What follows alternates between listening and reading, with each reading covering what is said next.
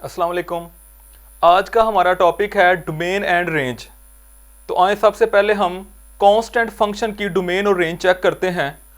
Constant function क्या होता है? कांस्टेंट फंक्शन ये होता है, एक फंक्शन है सेट ऑफ रियल नंबर से सेट ऑफ रियल नंबर के ऊपर। ये एक फंक्शन है।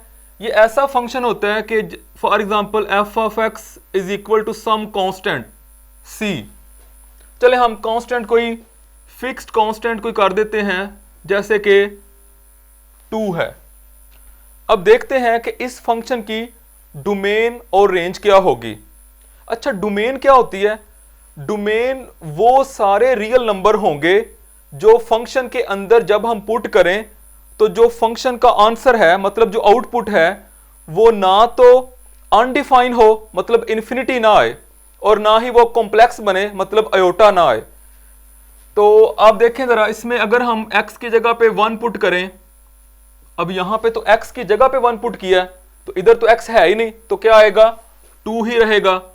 अगर आप 2 पुट करते हैं x की जगह पे 2, तो फिर आंसर 2 ही आएगा। अगर आप 0 पुट करते हैं x की जगह पे, तो इधर तो x है ही नहीं, तो आंसर फिर क्या आएगा? 2 ही आएगा। तो आप देखें, अगर आप पॉजिटिव नंबर पुट करें, 0 पुट करें, इवन आप नेगेटिव नंबर भी पुट करें, x की जगह पे -1 पुट करें, फिर भी क्या आ रहा है? 2, वो 2 ही रहेगा।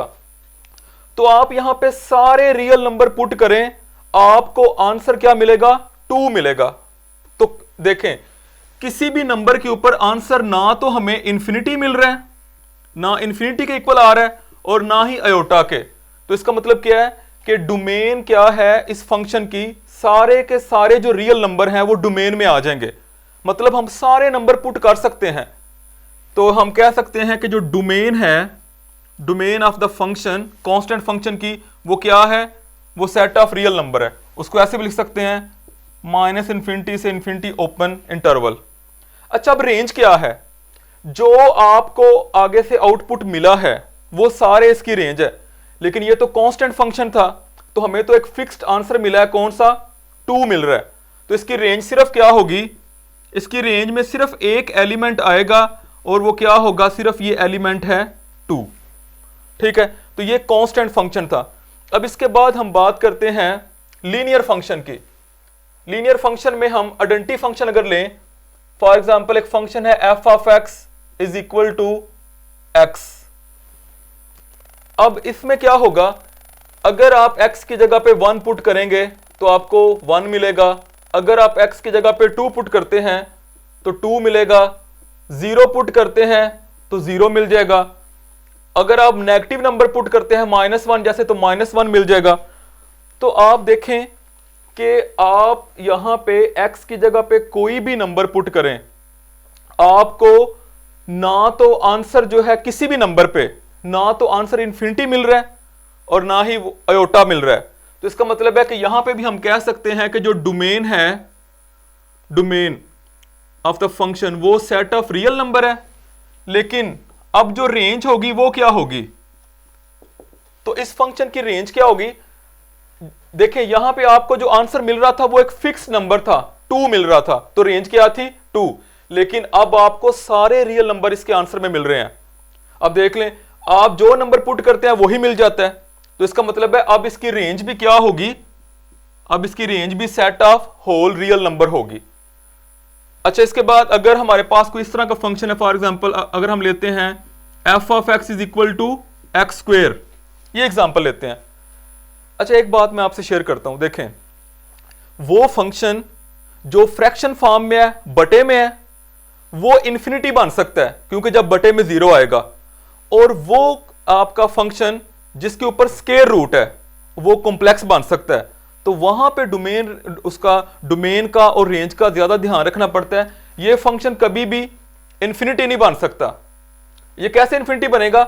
ये तभी बनेगा कि अगर आप x की जगह पे इंफिनिटी ही पुट कर दें, और ऐसा हम कर नहीं सकते, क्योंकि हमने जो नंबर पुट करने हैं वो कौन से नंबर हैं? वो रियल नंबर हैं, और रियल नंबर्स के अंदर इंफिनिटीज शामिल नहीं हैं। अच्छा, अब इस फंक्शन में क्या होगा अगर हम इसकी डोमेन और रेंज देखें? अगर आप इसमें 1 पुट करते हैं तो आपको मिलेगा 1 का स्क्वायर, मतलब 1। अगर आप इसमें 2 पुट करते हैं 2 का स्केयर 4, अगर आप 0 पुट करते हैं तो 0 का स्केयर 0, अगर आप -1 पुट करते हैं तो -1 का स्केयर भी क्या होगा, -1 का स्केयर भी हो जाएगा +1। अगर आप -2 पुट करते हैं -2 का स्केयर 4।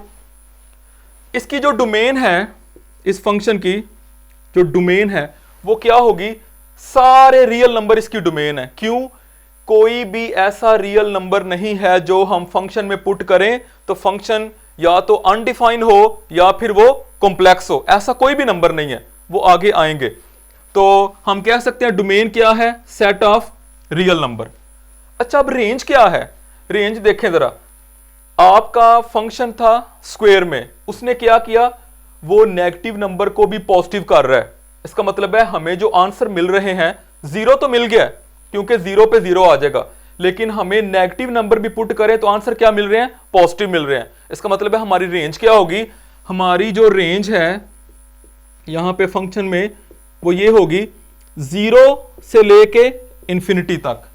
मैंने 0 पे क्लोज ब्रैकेट लगाई है, इसका मतलब क्या है कि 0 रेंज के अंदर शामिल है, क्योंकि 0 पुट किया तो 0 मिला है, लेकिन उसके बाद नेगेटिव नंबर हमें नहीं मिल रहे तो हमें सारे पॉजिटिव नंबर मिलेंगे, और इंफिनिटी पे हमने ओपन ब्रैकेट लगाई है। अच्छा, एक और केस, आखिरी केस डिस्कस कर लेते हैं। अगर हमारे पास फंक्शन है रेडिकल फॉर्म में, फॉर एग्जांपल x-2 इसका स्क्वायर रूट।